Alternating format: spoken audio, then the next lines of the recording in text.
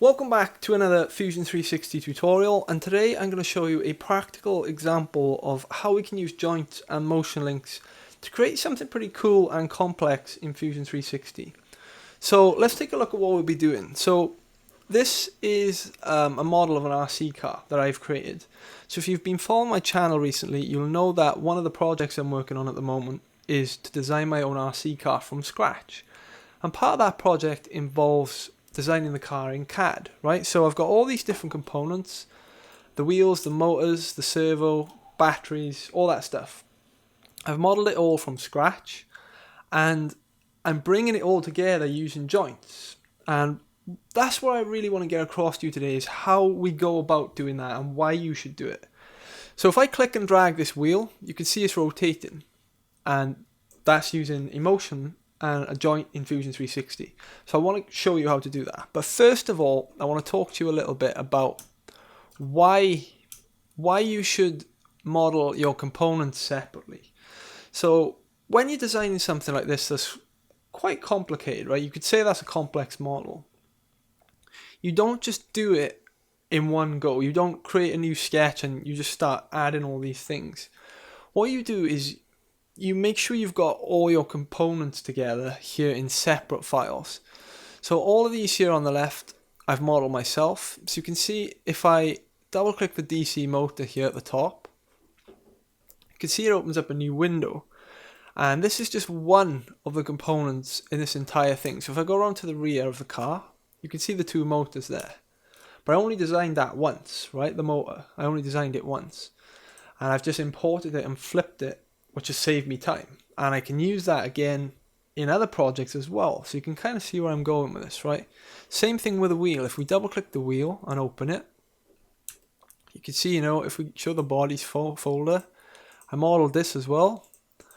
And by doing it once here, I'm able to import it here as a new component 4 times, right? So you can see where it's going.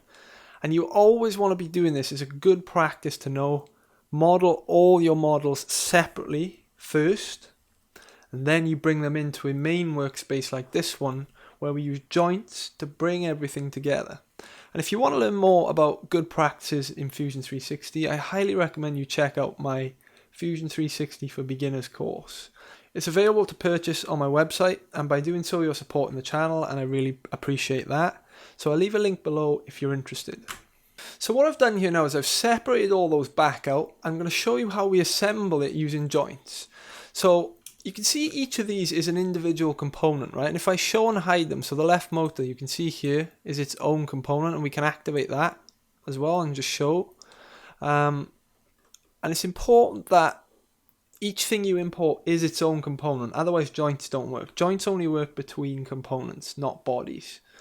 So I've purposely left out the 4th wheel so I can show you how you do it. So whenever you want to import something new that you've created, for example, separately like this, what you do is you come up to your the top of your sort of component tree, right click, new component.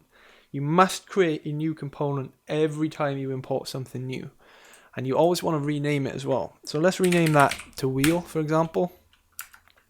And when you want to add something to it, it's useful to have this menu open here. So this is the data panel. You can navigate to your project folder that you want to use. And then it's as simple as drag and drop. So you want to make sure your component's activated. So there's this little icon next to your component that says activate component. Just make sure it's activated first.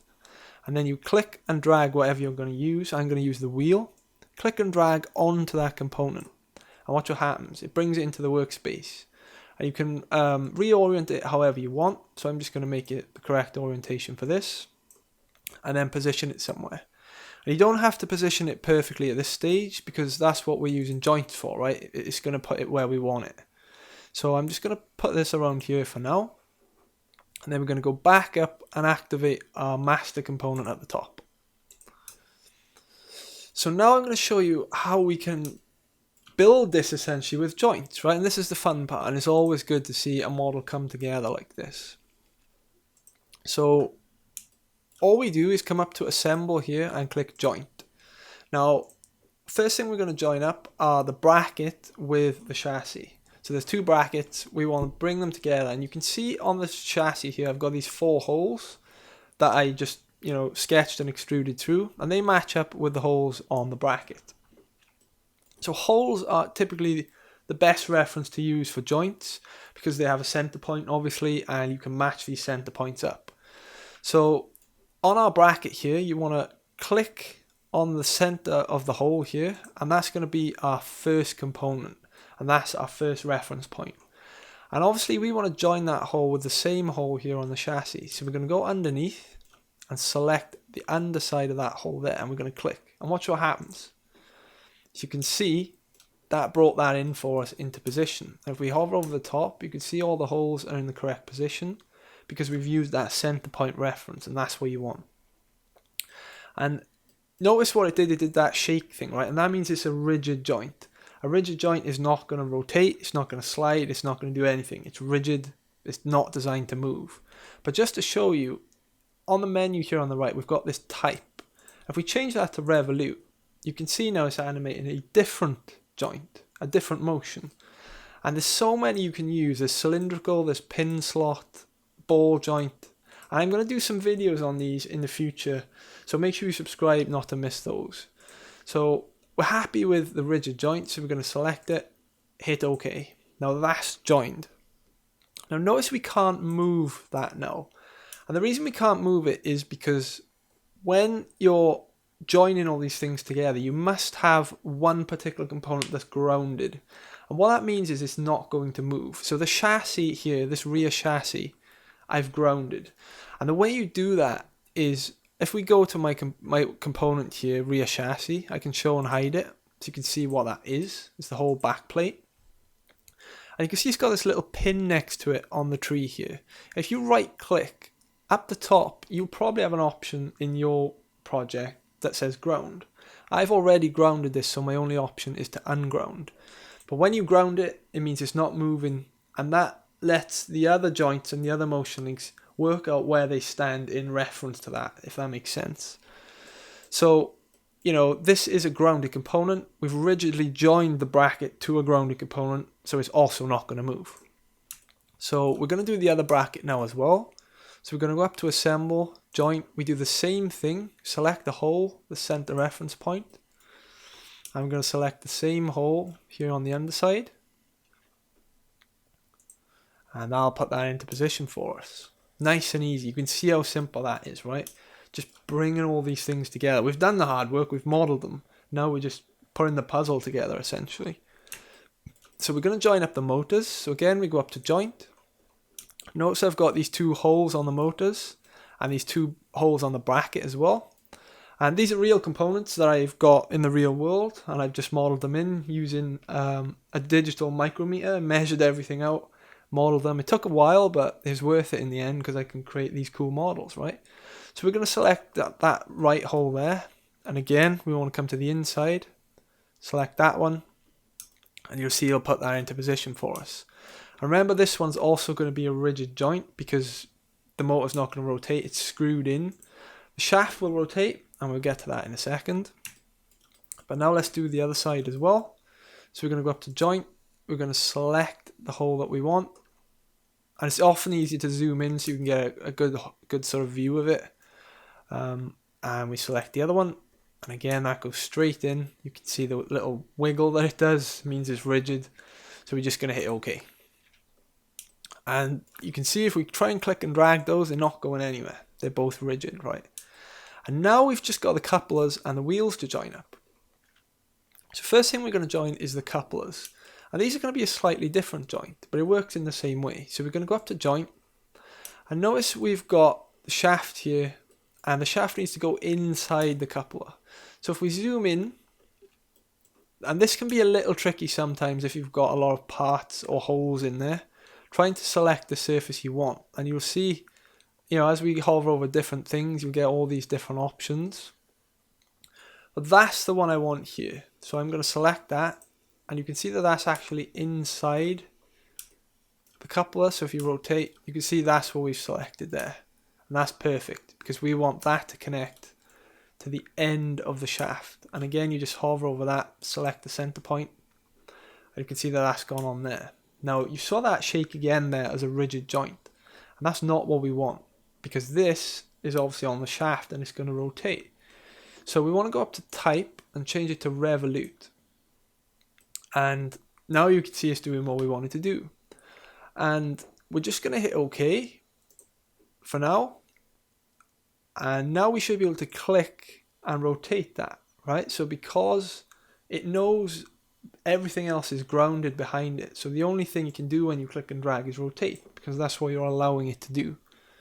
And now we just want to join the wheel on, and this is again really simple. We just go to joint, capture position.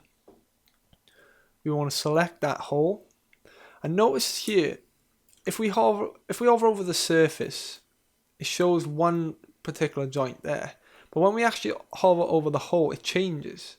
And this is a common problem, and there's a great way around it. So what you do is you hover over the surface, you hold down Control on the keyboard, and that allows you to select that exact hole on the surface. And that's a great tip to know. So we're going to join that one with the inside surface here of the wheel. And again, you can use Control to select that. And what that'll do is it'll join it up. I noticed that flew over there to where the wheel is. And don't let that discourage you, because what will happen is when you click OK, they'll join back together, because it knows the coupler belongs on the shaft, right?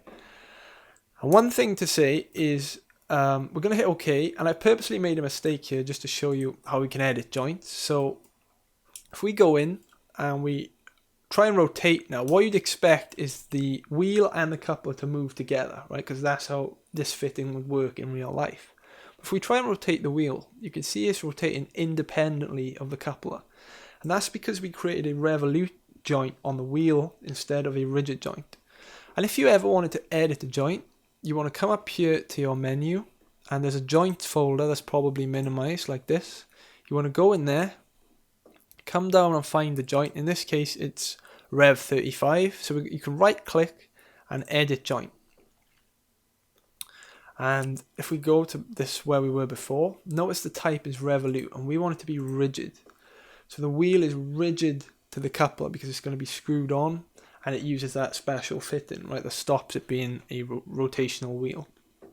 So we're going to hit OK. Now that goes back to where it's supposed to be.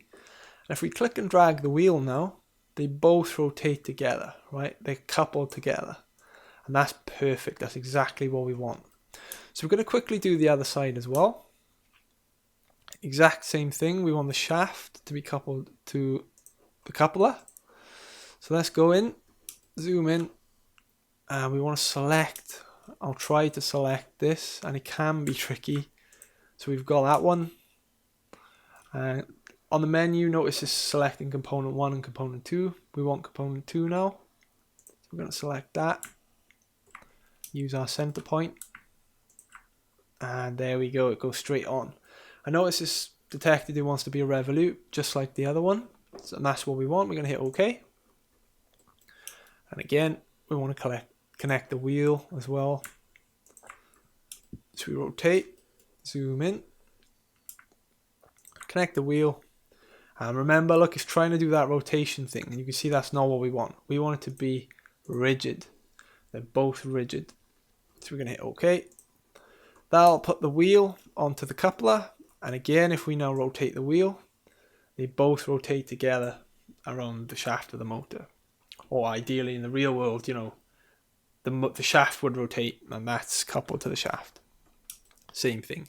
So I hope that's been useful, and I hope it's sort of given you some insight as to how you should go about designing something like this, something relatively complicated, and that you should break it down, you know, and design things individually and then bring them together like this with joints. And it's super easy. You saw how easy it was to do that.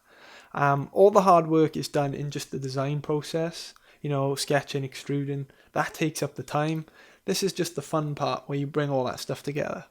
So as I said, I hope it's been useful. If you want to keep up with my videos, make sure you subscribe, and I'll see you on the next video.